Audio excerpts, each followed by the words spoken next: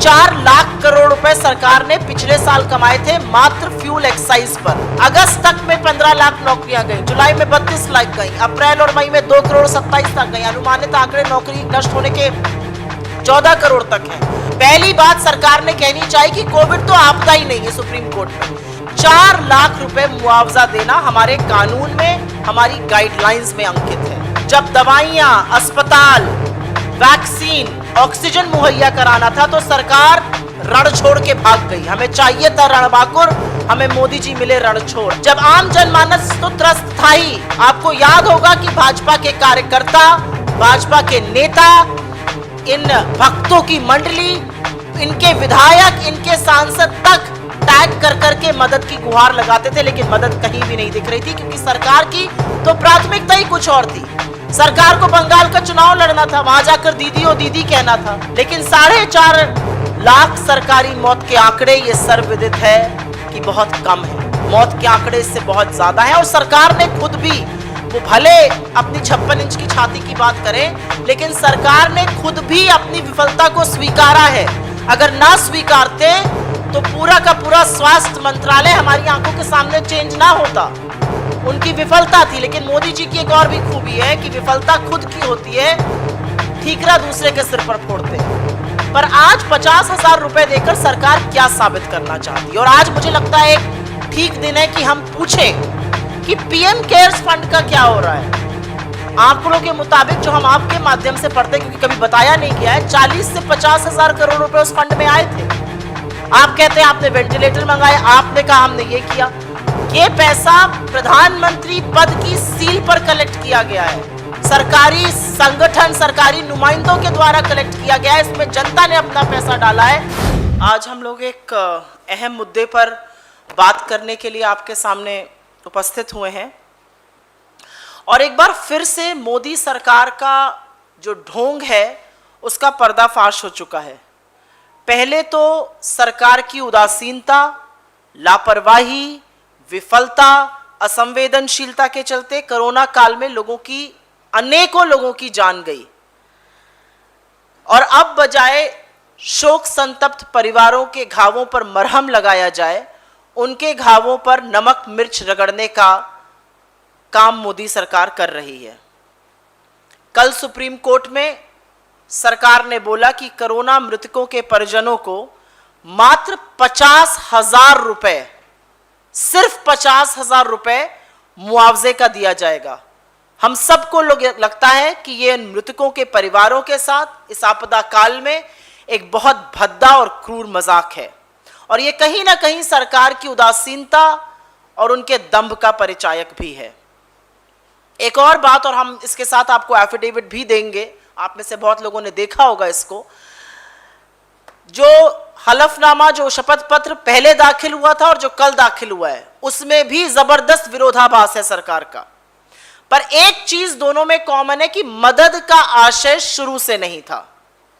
पर इससे पहले कि हम आगे बढ़ें, कांग्रेस अध्यक्ष श्रीमती सोनिया गांधी जी ने, हमारे नेता राहुल गांधी जी ने, हमारे और तमाम शीर्ष नेतृत्व ने लगातार उचित मुआवजे की मांग करी है और इस मंच से कांग्रेस पार्टी हर मृतक के परिवार के लिए 5 लाख रुपए मुआवजे की मांग करती है। और यह मुश्किल नहीं है, यह कोई बहुत बड़ी बात नहीं है, यह बिल्कुल मुश्किल नहीं है। हम सरकार में नहीं है, फिर भी हम एक छोटा सा आंकड़ा आपको बता देते हैं। 4 लाख करोड़ रुपए सरकार ने पिछले साल कमाए थे मात्र फ्यूल एक्साइज पर, ईंधन की एक्साइज ड्यूटी पर 4 लाख करोड़ रुपए कमाए थे। अगर हम 5 लाख रुपए देते हैं 4.5 लाख परिवारों को, तो वो मात्र 22,000 करोड़ रुपए है, जो कि कुल जमा राशि का सिर्फ और सिर्फ 5.5% है।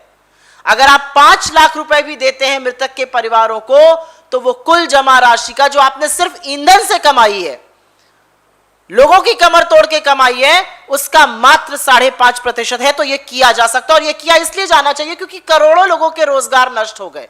अगस्त तक में 15 लाख नौकरियां गई, जुलाई में 32 लाख गई, अप्रैल और मई में 2 करोड़ 27 लाख गई। अनुमानित आंकड़े नौकरी नष्ट होने के 14 करोड़ तक हैं।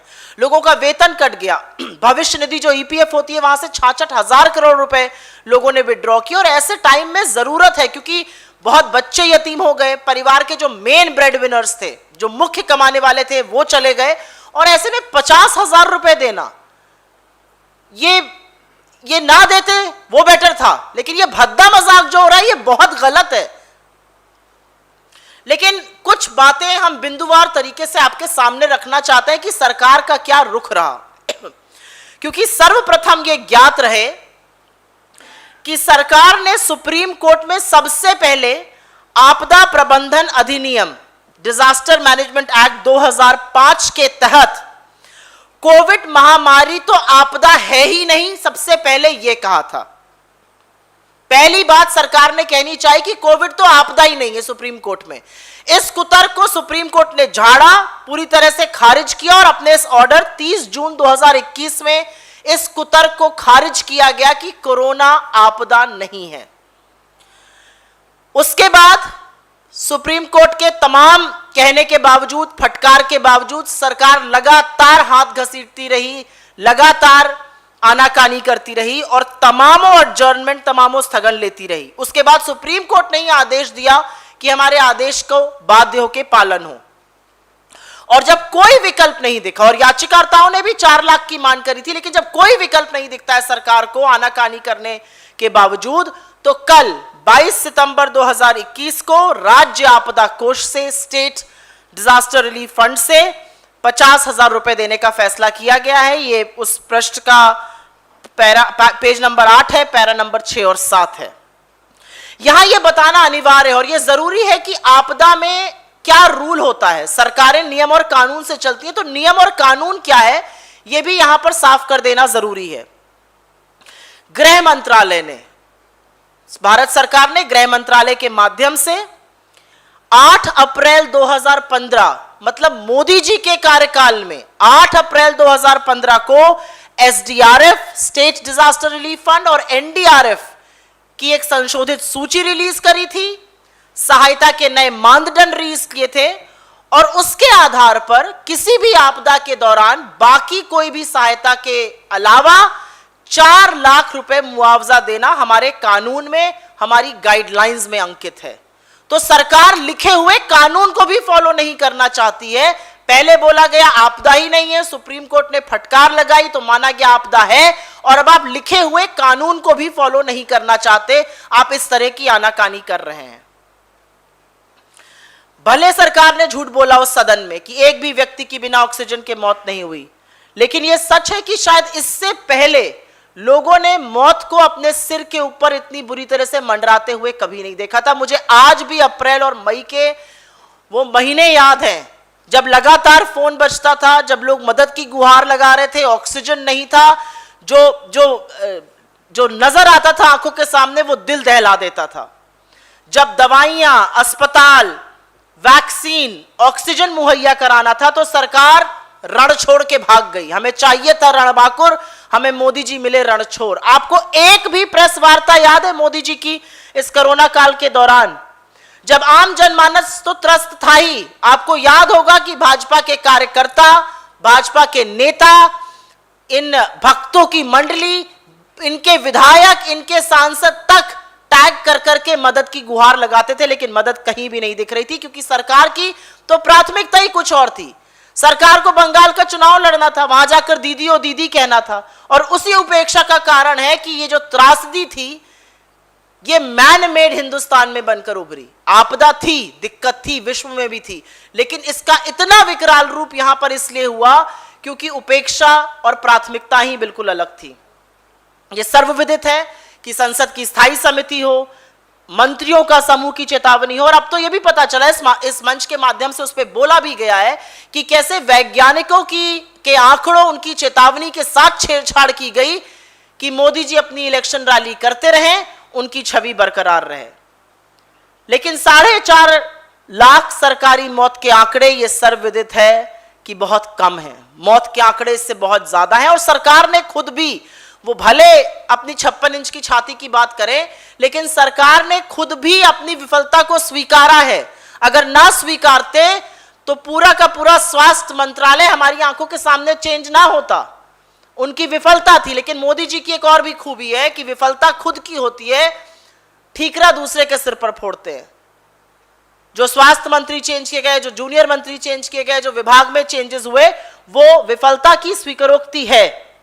पर आज 50,000 रुपए देकर सरकार क्या साबित करना चाहती है? और आज मुझे लगता है एक ठीक दिन है कि हम पूछें कि पीएम केयर्स फंड का क्या हो रहा है। आंकड़ों के मुताबिक जो हम आपके माध्यम से पढ़ते हैं, क्योंकि कभी बताया नहीं गया है, 40 से 50,000 करोड़ रुपए उस फंड में आए थे। आप कहते हैं आपने वेंटिलेटर मंगाए, आपने कहा हमने ये किया। ये पैसा प्रधानमंत्री पद की सील पर कलेक्ट किया गया है, सरकारी संगठन, सरकारी नुमाइंदों के द्वारा कलेक्ट किया गया है। इसमें जनता ने अपना पैसा डाला है। इस पर इतनी ओपेसिटी, इतना बड़ा ये गुप्त गोपनीय सीक्रेट क्यों है? क्यों आप देश के लोगों को नहीं बताते? क्यों वहां से आप पैसा और ट्रांसफर नहीं करते हैं कि पैसा ट्रांसफर हो? हमारी 3 मांगे हैं और मैं उस 3 मांगों को जरूर दोहराऊंगी। हम फिर से कहते हैं कि हर मृतक के परिवार को 5 लाख रुपए मुआवजा दिया जाए। मौत के आंकड़ों को छुपाने का जो भद्दा प्रयास किया जा रहा है वो तुरंत बंद किया जाए।